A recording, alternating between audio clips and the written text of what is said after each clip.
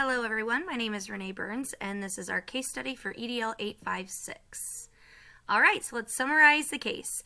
So I, as principal, am working with a new parent group that has just formed. They have decided to separate from the National PTA. The president of this parents group is a young attorney, and he has presented to me that he would like a series of back-to-school meetings, and that would be each evening of the week prior to school starting. They want a teacher-parent conference during the American Education Week each night, teachers to be available for that. They would like to be involved in the decision-making and policy-making process, and they feel that parents should become equal partners with the school in deciding what is best for children. They went ahead and established parent committees in the following areas: discipline, teacher performance, curriculum, and total evaluation of the school. And the committees plan to observe conditions within the school, collect data from all stakeholders, and issue policy statements on the need for change. As principal, I must decide on how to respond to these parents. I must address their concerns, but also explain appropriate parental involvement and participation in school affairs. So, first thinking about our legal and ethical issues. They did go ahead and separate from National PTA, so they are an independent organization. So, I'd like to know who they're affiliated with. If they believe they are affiliated with the school, then we need to set up some guidelines on how that's going to work. FERPA, we need to make sure that we are following the Family Educational Rights and Privacy Act. If they're wanting to be as involved as they say they are, that's going to be an issue. We also have negotiated contracts with our teachers and staff, and so what they're proposing is not going to fit within that contract. So there's the possibility of breach of contract. The decisions, are they being aligned with state mandates and initiatives? So they're probably more than likely not aware of those initiatives and state mandates.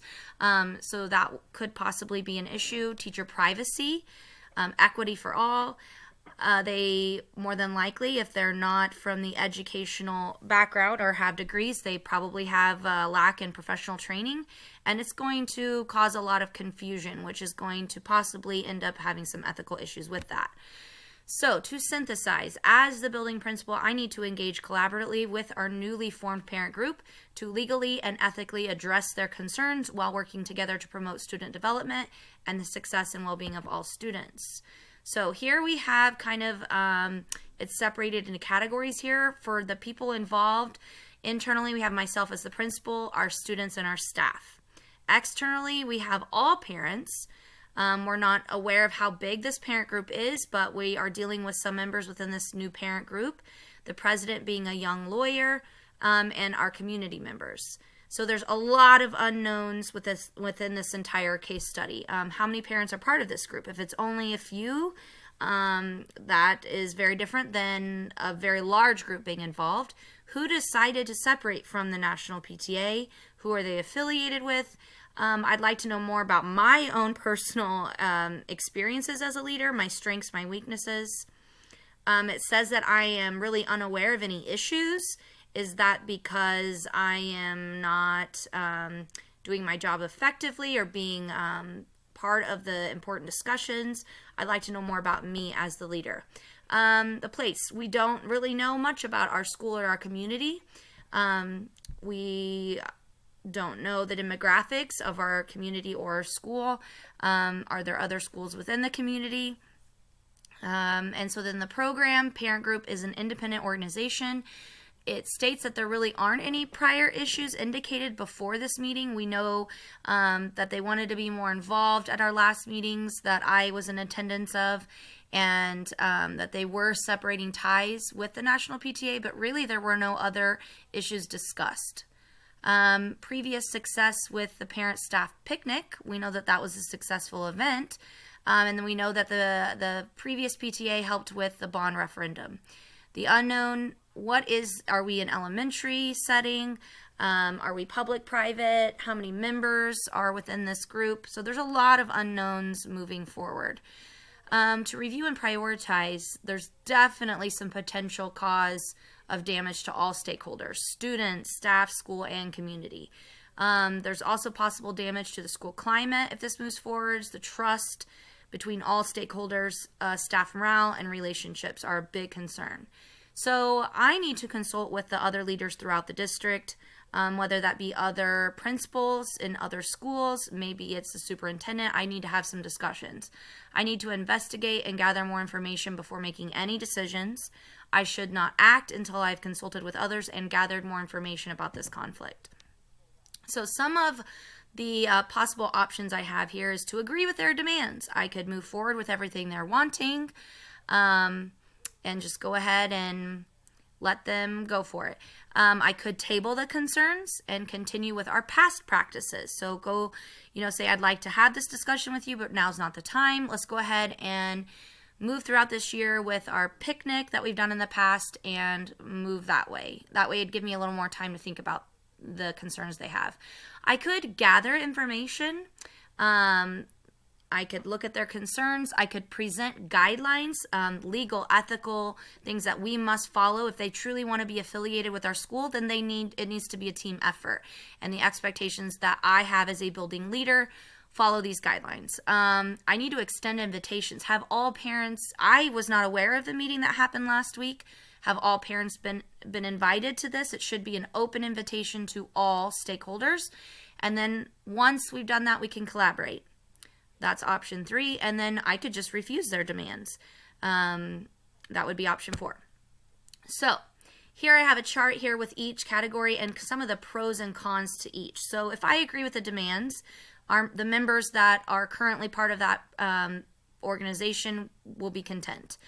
However, there's a lot of legal, ethical concerns. There's breach of contracts, shift in morale, threat to my job. If I'm going to be legally liable for some of these things, I could lose my job.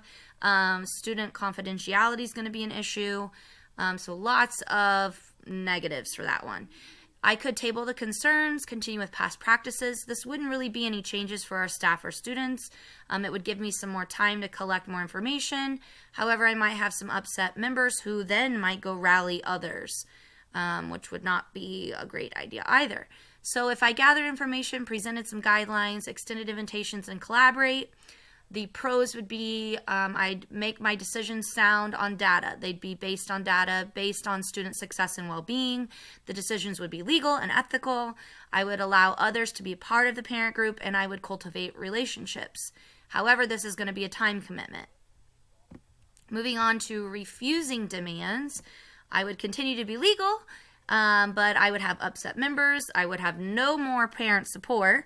I could have possible backlash from community, and there could be loss of enrollment. So, what should I do?